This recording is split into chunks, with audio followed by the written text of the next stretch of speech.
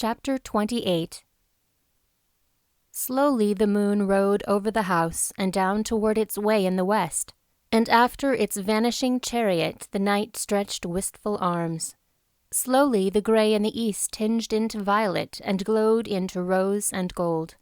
The birds woke up and told one another that the 1st of August was come, and life was good. The breath that came in the early dawn savored of new mown hay, and the birds' songs thrilled Marcia as if it were the day of her dreams. She forgot all her troubles, forgot even her wayward sister next door, and rose with the song of the birds in her heart.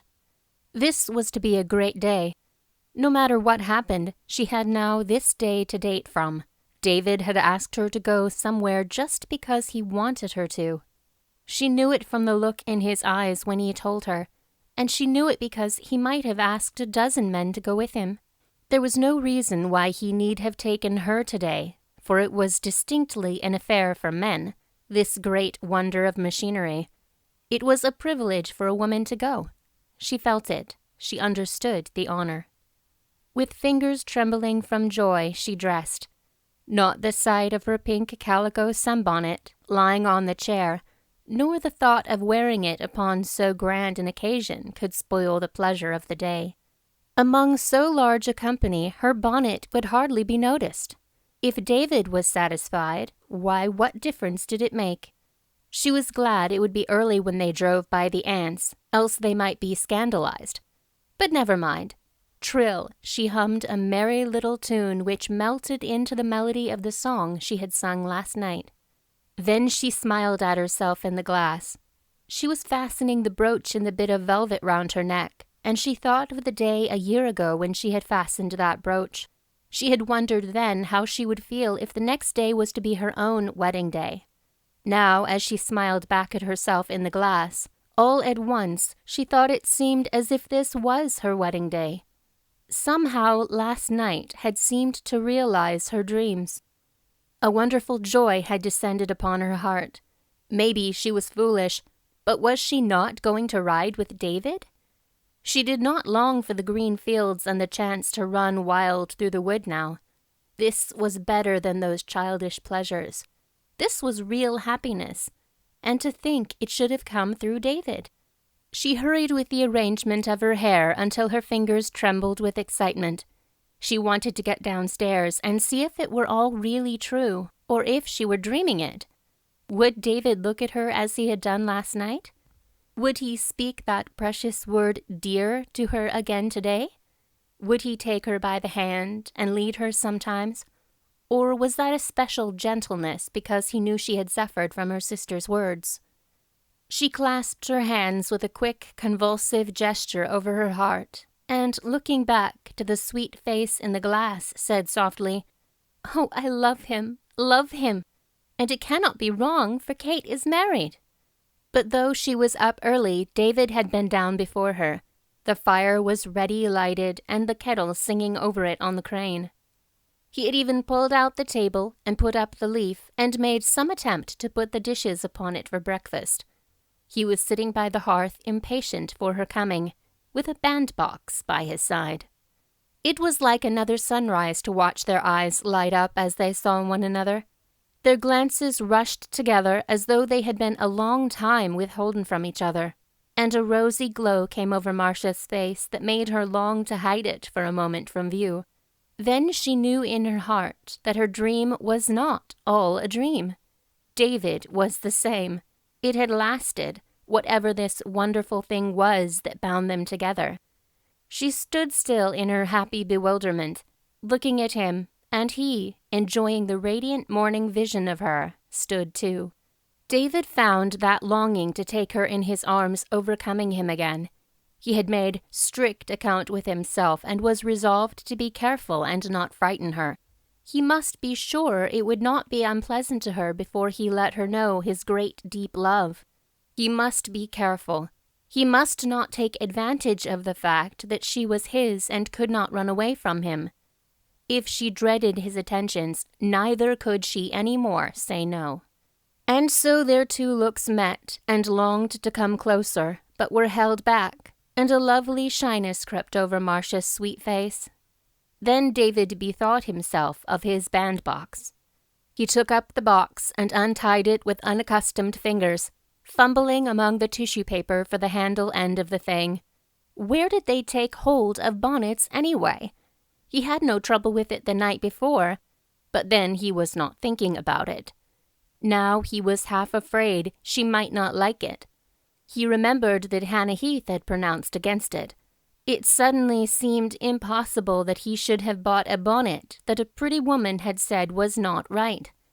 There must be something wrong with it after all. Marcia stood wondering. "I thought maybe this would do instead of the sunbonnet," he said at last, getting out the bonnet by one string and holding it dangling between them. Marcia caught it with deft, careful hands and an exclamation of delight. He watched her anxiously. It had all the requisite number of materials. 1, 2, 3, 4. Like the despised bonnet he threw on the floor. Straw, silk, lace, and flowers. Would she like it? Her face showed that she did. Her cheeks flushed with pleasure, and her eyes danced with joy. Marcia's face always showed it when she liked anything. There was nothing halfway about her. "Oh, it is beautiful," she said delightedly. "It is so sweet and white and cool with that green vine.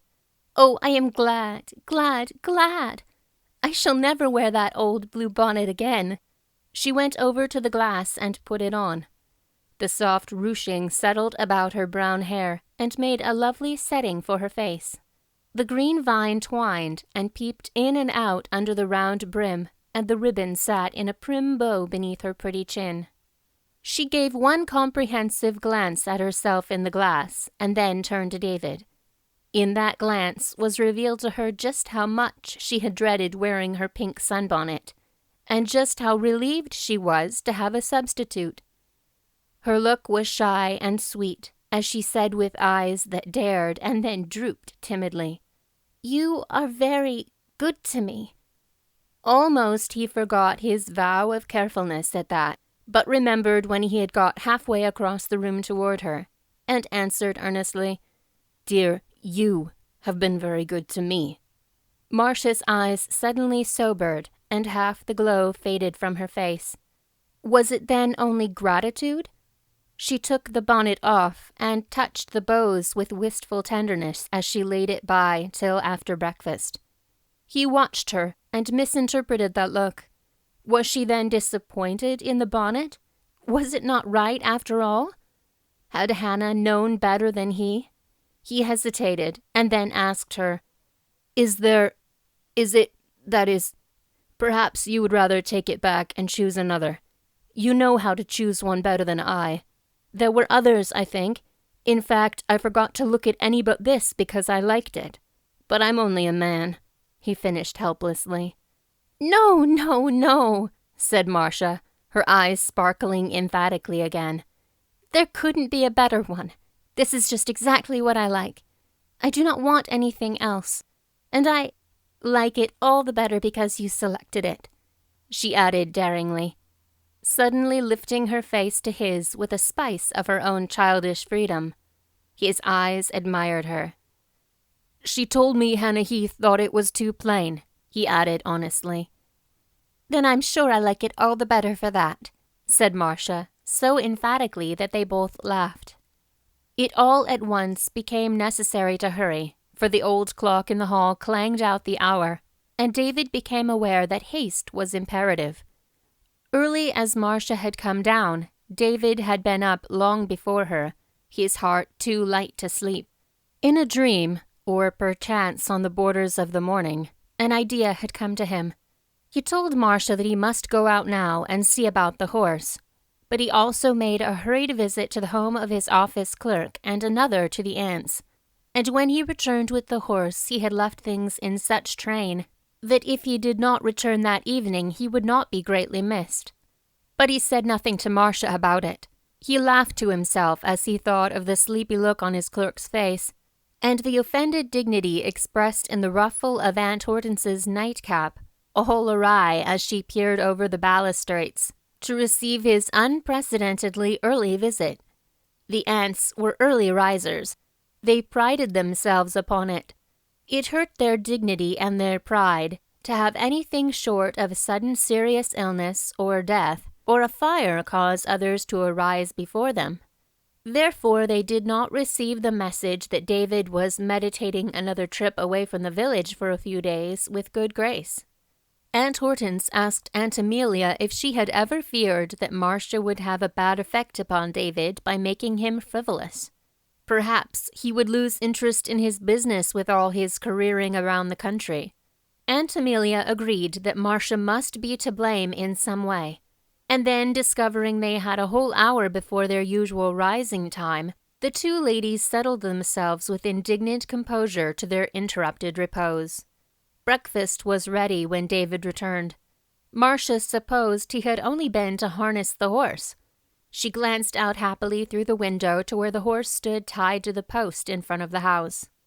She felt like waving her hand to him, and he turned and seemed to see her, rolling the whites of his eyes around and tossing his head as if in greeting. Marcia would scarcely have eaten anything in her excitement if David had not urged her to do so. She hurried with her clearing away, and then flew upstairs to arrange her bonnet before the glass and don the lovely folds of the creamy crepe shawl, folding it demurely around her shoulders and knotting it in front. She put on her mitts, took her handkerchief folded primly, and came down ready. But David no longer seemed in such haste. He made a great fuss fastening up everything. She wondered at his unusual care, for she thought everything was quite safe for the day. She raised one shade toward the Heath house. It was the first time she had permitted herself this morning to think of Kate. Was she there yet? Probably, for no coach had left since last night, and unless she had gone by private conveyance, there would have been no way to go. She looked up to the front corner guest room, where the windows were open and the white muslin curtains swayed in the morning breeze. No one seemed to be moving about in the room. Perhaps Kate was not awake. Just then she caught the flitter of a blue muslin down on the front stoop. Kate was up, early as it was, and was coming out. A sudden misgiving seized Marcia's heart, as when a little child she had seen her sister coming to eat up the piece of cake or sweetmeat that had been given to her. Many a time had that happened. Now she felt that in some mysterious way Kate would contrive to take from her her new-found joy. She could not resist her. David could not resist her. No one could ever resist Kate. Her face turned white, and her hand began to tremble so that she dropped the curtain she had been holding up. Just then came David's clear voice, louder than would have been necessary, and pitched as if he were calling to someone upstairs, though he knew she was just inside the parlor, where she had gone to make sure of the window fastening. "Come, dear, are you ready? It is more than time we started." There was a glad ring in David's voice that somehow belied the somewhat exacting words he had spoken, and Marcia's heart leaped up to meet him. "Yes, I'm all ready, dear," she called back with a hysterical little laugh. Of course, Kate could not hear so far, but it gave her satisfaction to say it. The final word was unpremeditated. It bubbled up out of the depths of her heart and made the red rush back into her cheeks when she realized what she had said. It was the first time she had ever used a term of endearment toward David.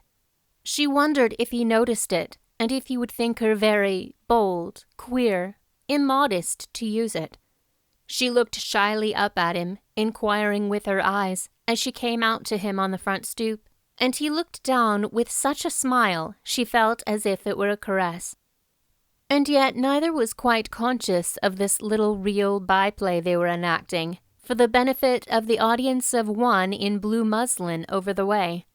How much she heard, or how little, they could not tell. But it gave satisfaction to go through with it inasmuch as it was real, and not acting at all.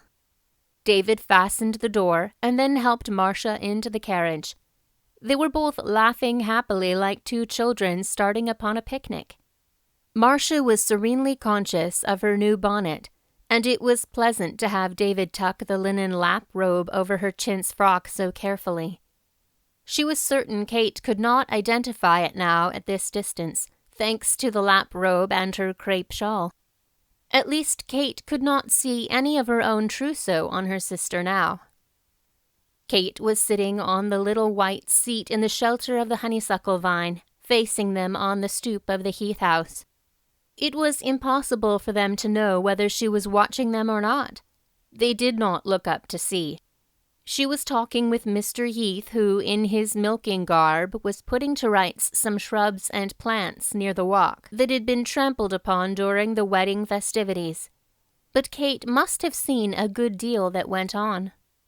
David took up the reins, settled himself with a smile at Marcia, touched the horse with the tip of the whip, which caused him to spring forward in astonishment. That from David! No horse in town would have expected it of him. They had known him from babyhood, most of them, and he was gentleness itself. It must have been a mistake, but the impression lasted long enough to carry them a rod or two past the Heath house at a swift pace, with only time for a lifting of David's hat, prolonged politely, which might or might not have included Kate, and they were out upon their way together. Marcia could scarcely believe her senses that she was really here beside David, riding with him swiftly through the village and leaving Kate behind. She felt a passing pity for Kate. Then she looked shyly up at David. Would his gaiety pass when they were away? And would he grow grave and sad again so soon as he was out of Kate's sight? She had learned enough of David's principles to know that he would not think it right to let his thoughts stray to Kate now. But did his heart still turn that way in spite of him? Through the town they sped, glad with every roll of the wheels that took them further away from Kate. Each was conscious, as they rolled along, of that day 1 year ago when they rode together thus, out through the fields into the country. It was a day much as that other one, just as bright, just as warm, yet, oh, so much more radiant to both. Then they were sad and fearful of the future. All their life seemed in the past. Now the darkness had been led through, and they had reached the brightness again. In fact, all the future stretched out before them that fair morning and looked bright as the day. They were conscious of the blueness of the sky, of the soft clouds that hovered in haziness on the rim of the horizon, as holding off far enough to spoil no moment of that perfect day. They were conscious of the waving grains and of the perfume of the buckwheat drifting like snow in the fields beyond the wheat, conscious of the meadowlark and the wool robin's note, of the whir of a locust and the thud of a frog in the cool green of a pool deep with brown shadows, conscious of the circling of mated butterflies in the simmering gold air, of the wild roses lifting fair pink petals from the brambly banks beside the road, conscious of the whispering pine needles in a wood they passed, the fluttering chatter of leaves and the silver flash of the lining of poplar leaves, where tall trees stood like sentinels, apart and sad, conscious of a little brook that tinkled under a log bridge they crossed, then hurried on its way unmindful of their happy crossing, conscious of the dusty daisy beside the road, crossing with a bumbling bee who wanted honey below the market price, conscious of all these things, but most conscious of each other, close, side by side. It was all so dear, that ride, and over so soon. Marcia was just trying to get used to looking up into the dazzling light of David's eyes. She had to droop her own almost immediately, for the truth she read in his was overpowering. Could it be? A fluttering thought came timidly to her heart and would not be denied. Can it be? Can it be that he cares for me? He loves me! He loves me! It sang its way in with thrill after thrill of joy. And more David's eyes told the story which his lips dared not risk yet. But eyes and hearts are not held by the conventions that bind lips. They rushed into their inheritance of each other, and had that day ahead, a day so rare and sweet, that it would do to set among the jewels of fair days for all time and for anyone. All too soon they began to turn into roads where were other vehicles, many of them, and all going in the same direction. Men and women in gala day attire, all laughing and talking expectantly, and looking at one another, as the carriages passed with a degree of familiar curiosity which betokens a common errand. Family coaches, farm wagons, with kitchen chairs for accommodation of the family, old one-horse chaises, carryalls, and even a stagecoach or two wheeled into the old turnpike. David and Marcia settled into subdued quiet, their joy not expressing itself in the ripples of laughter that had rung out earlier in the morning, when they were alone. They sought each other's eyes often and often, and in one of these excursions that David's eyes made to Marcia's face, he noticed how extremely becoming the new bonnet was. After thinking it over, he decided to risk letting her know. He was not shy about it now. "Do you know, dear," he said. There had been a good many dears slipping back and forth, all unannounced during that ride, and not openly acknowledged either. "Do you know how becoming your new bonnet is to you? You look prettier than I ever saw you look but once before." He kept his eyes upon her face and watched the sweet color steal up to her drooping eyelashes. "When was that?" she asked coyly, to hide her embarrassment, and sweeping him one laughing glance. "Why, that night, dear, at the gate, in the moonlight. Don't you remember?" "Oh!" Marcia caught her breath, and a thrill of joy passed through her that made her close her eyes, lest the glad tears should come. Then the little bird in her heart set up the song in earnest to the tune of wonder. "He loves me, he loves me, he loves me." He leaned a little closer to her. "If there were not so many people looking, I think I should have to kiss you now." "Oh," said Marcia, drawing in her breath and looking around frightened on the number of people that were driving all about them. For they were come almost to the railroad now, and could see the black smoke of the engine a little beyond, as it stood puffing and snorting upon its track, like some sulky animal that had been caught and chained and harnessed, and was longing to leap forward and upset its load. But though Marcia looked about in her happy fright, and sat a trifle straighter in the chaise, she did not move her hand away that lay next to David's, underneath the linen lap-robe, and he put his own hand over it and covered it close in his firm hold. Marcia trembled and was so happy she was almost faint with joy. She wondered if she were very foolish indeed to feel so, and if all love had this terrible element of solemn joy in it that made it seem too great to be real. They had to stop a number of times to speak to people. Everybody knew David, it appeared. This man and that had a word to speak with him, some bit of news that he must not omit to notice in his article, some new development about the attitude of a man of influence that was important, the change of 2 or 3 of those who were to go in the coaches on this trial trip.